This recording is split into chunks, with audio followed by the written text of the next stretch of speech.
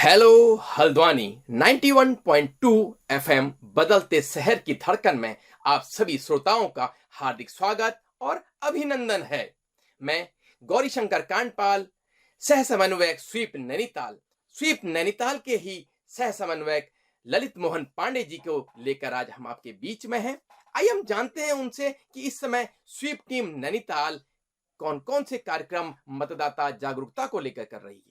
मतदाता जागरूकता को लेकर जनपद नैनीताल में जिला निर्वाचन अधिकारी नैनीताल और मुख्य विकास अधिकारी नैनीताल के कुशल निर्देशन में स्वीप टीम विभिन्न कार्यक्रमों का आयोजन कर रही है। जैसा कि हमें लक्ष्य दिया गया है विगत वर्षों की भांति इस वर्ष जो लक्ष्य दिया गया है शहरी क्षेत्र में जी 85% का और ग्रामीण क्षेत्र में 75% का लक्ष्य हमें प्राप्त करना है। तो उसको प्राप्त करने के लिए कई नए नए अभिनवों के माध्यम से स्वीप टीम जो है पूरे जनपद में कार्यक्रमों को चला रही है। अच्छा पांडे जी, मैं आपसे जानना चाहूंगा कि वो जो आपने अभिनव प्रयोग कहा उनमें कौन कौन से अभिनव प्रयोग हैं, थोड़ा उसके बारे में हमारे श्रोताओं को भी बताएंगे। इस समय हमारे यहाँ पर जो है मतदान क्यों जरूरी है, एक नई थीम हमारे मुख्य विकास अधिकारी महोदय की रही जी कि इस पर हम लोगों की के आवश्यक विचारों को जानते हैं। ओके। और हस्ताक्षर अभियान बड़े स्केल पर जिले पर चलाया जा रहा है जिसका कल भी हमारे आदरणीय जिला अधिकारी मैम के द्वारा उसका उद्घाटन किया गया। हर तहसील में इस कार्यक्रम को अपनाया गया। हर कॉलेजों में, हर जगह पर जहाँ जहाँ पर ऐसे क्षेत्र हैं वहाँ पर इस कार्यक्रम से इसको जोड़ करके लोगों में मतदान के प्रति उत्साह जगाने का प्रयास किया गया। कहते हैं कि युवा मतदाता भारत का भाग्य विधाता। क्या युवाओं के लिए भी कुछ विशेष कार्यक्रम लेके आए हैं आप लोग? युवाओं के लिए हमने कई तरह के प्रोग्राम रखे हैं। कई तरह के जैसे हमने रंगोली के माध्यम से, हमने पोस्टर के माध्यम से, मेहंदी प्रतियोगिता के माध्यम से, क्विज के माध्यम से, और एक जो बहुत ही एक अच्छा रोचक कार्यक्रम हमने मतदान के से रक्तदान को जोड़ते हुए हमने कई तरह के कार्यक्रम अपने जिले में इस समय कराए हैं और लोगों ने बड़े उत्साह के साथ उसमें प्रतिभागिता की। हमने बिरला इंजीनियरिंग इंस्टीट्यूट कॉलेज में आदरणीय सीडीओ महोदय के कुशल निर्देशन में वहाँ पर एक इन्हीं कार्यक्रमों को से जोड़ते हुए एक बृहद रक्तदान का शिविर का आयोजन किया जहाँ पर हमारे लगभग 106 बच्चों ने वहाँ पर रक्तदान किया। ऐसे ही हमने ग्राफीगेरा में भी एक बड़ा कार्यक्रम का आयोजन किया जिसमें जो है हमारे बच्चों ने बढ़ चढ़कर अपनी प्रतिभागिता, लगभग 156 बच्चों ने हमारे आम्रपाली इंस्टीट्यूट में रक्तदान किया और उस सब को जोड़ा हमने मतदान से। मुझे जानकारी मिल पाई है कि आपके द्वारा एनएसएस कैंप के माध्यम से बच्चों को बहुत ही शानदार तरीके से इस मतदान के अभियान में जोड़ा गया है। थोड़ा हमारे श्रोताओं को इसके बारे में बताएंगे। इस समय हमारे विशेष कैंप, हमारे कई जगह पर विशेष कैंप चल रहे हैं जो दिन रात के कैंप होते हैं। 7 दिन के हमारे कैंप चल रहे हैं। उसमें हमने विशेष तौर से 2-3 सत्रों को जो है मतदान से जोड़ा है जिसमें बच्चे रैलियों के माध्यम से, जो हमारे हायर एजुकेशन के जो बच्चे हैं, बहुत बढ़िया रैली के माध्यम से, नुक्कड़ नाटक के माध्यम से बहुत ही अच्छे तरह से लोगों को प्रेरित करने का प्रयास कर रहे हैं। अच्छा। और कई सारी गतिविधियां अपने गांव में अपने ग्राम प्रधान महोदयन से मिलते हुए वहाँ के एक सर्वे का कार्यक्रम भी हम इस कार्यक्रम से जोड़ रहे हैं और जहाँ हम प्रयास कर रहे हैं कि कोई भी मतदाता छूटने न पाए। जो अहर्य मतदाता है वो जो है इस कड़ी से जुड़े, कोई भी वोटर खाली नहीं रहे। मैं कांडपाल सर आपसे निवेदन करना चाहता हूँ, थोड़ा सा आपने बहुत अच्छा काम अभी आप कर रहे हैं, वोटर आईडी के लोगों को बता रहे हैं, उसके बारे में भी थोड़ा लोगों को बताएं कि नया वोटर बनने के लिए क्या प्रोसेस होती है और अगर अपना नाम हटाना है तो उसके लिए क्या करनी पड़ती है।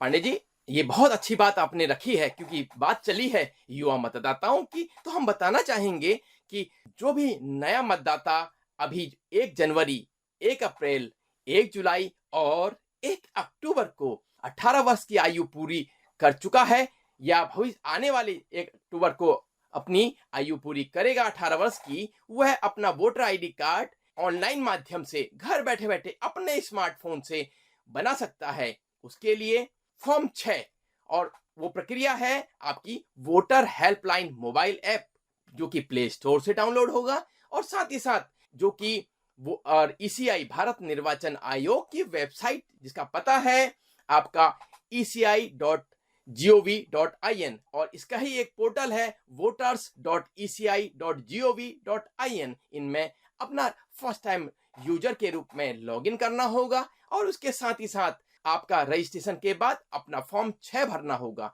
अगर फॉर्म 6 भर जाता है तो अपना वोटर आईडी कार्ड वो बनवा सकता है। क्या इसमें कोई ऐसी भी प्रक्रिया है कि जैसे कई वोटर जो है इधर से उधर हो जाते हैं, जी लेकिन उनका जो है वोटर लिस्ट में नाम रहता है, तो उसके लिए भी कोई योजना आपके पास है? जी सर, भारत निर्वाचन आयोग ने बहुत ही शानदार प्रक्रिया अपनाई है, जिसमें अगर कोई भी मतदाता जो एग्जिस्टिंग वोटर है और वो अपना उसका ट्रांसफर हो जाता है एक स्थान से दूसरे स्थान पर। अगर हम बात करें उत्तराखंड के परिप्रेक्ष्य में, यदि कोई देहरादून से पोस्टिंग होकर उत्तरकाशी, चमोली या किसी अन्य जनपद में चले जाता है या सेम जनपद में ही होते हुए दूसरी विधानसभा में चला जाता है, तो वह फॉर्म 8 के माध्यम से अपना वोटर आईडी कार्ड में अपना पता परिवर्तन कर सकता है।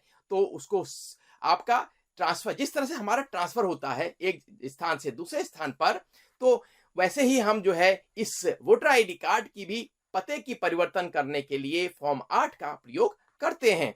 और साथ ही साथ मैं आपको बताना चाहूंगा, यदि ऐसा कोई नागरिक है जो कि पुराना वोटर आईडी कार्ड धारक है और जिसका जो है वोटर आईडी कार्ड में किसी भी तरह का कोई संशोधन करना हो, तो जैसे माना नाम में अक्सर हमारी घर की बालिकाएं जो है फॉर्म भरती हैं, अपना पता शादी से पहले का होता है, नाम सरनेम पहले का होता है, अगर वो परिवर्तन करना चाहें तो वो भी अपना सरनेम, अपना मोबाइल नंबर, नया पता और अपने जो भी नया घर का सदस्य हैं उनको जुड़ने के लिए जो है वो उसमें फॉर्म 8 के माध्यम से अप्लाई कर सकती है। क्या कुछ इस वर्ष जो है सरकार ने हमारे पीडब्ल्यूडी वोटर्स के बारे में, और जो सुनने में आता है, देखने में आता है, आप हमारी जनता को यह अवगत कराएंगे कि जो 85 साल से ऊपर के वोटर हैं जो वोट देना चाहते हैं, किसके ऐसी कोई योजना सरकार ने उनके लिए बनाई है कि वो भी वोट दे सकते हैं? जी हाँ पांडे जी, बहुत शानदार प्रश्न आपने पूछा है। पीडब्ल्यूडी वोटर्स के लिए सक्षम ऐप हमारे पास है, उपलब्ध है, जो कि जिला समाज कल्याण विभाग के द्वारा इस पर बहुत बृहद रूप से काम किया जा रहा है और जनपद नैनीताल इस क्षेत्र में लगातार आगे बढ़ रहा है। आदरणीय जिलाधिकारी महोदय, आदरणीय सीडीओ सर के नेतृत्व में जो यह मुहिम चली है हमारे जनपद नैनीताल की, ये बहुत ही कारगर सिद्ध हो रही है और आने वाले निर्वाचन के लिए पीडब्ल्यूडी ऐप के माध्यम से फॉर्म 12D भरते हुए अथवा अपने बीएलओ के माध्यम से संपर्क करते हुए फॉर्म 12D भर करके ऐसे दिव्यांग मतदाता घर बैठे बैठे वोट दे सकते हैं। अब मैं आपको एक चीज और बताना चाहूंगा कि यह फॉर्म 12D का इस्तेमाल बुजुर्ग मतदाताओं के लिए भी किया जाता है। ऐसे मतदाता जो कि 85 वर्ष से अधिक आयु के हैं, चलने फिरने की हालत में नहीं है, जो पोलिंग स्टेशन है वहां तक नहीं जा सकते हैं, तो सरकार ने उनके लिए यह सुविधा दे रखी है कि वे अपने घर बैठे बैठे अपने मताधिकार का प्रयोग कर सकते हैं।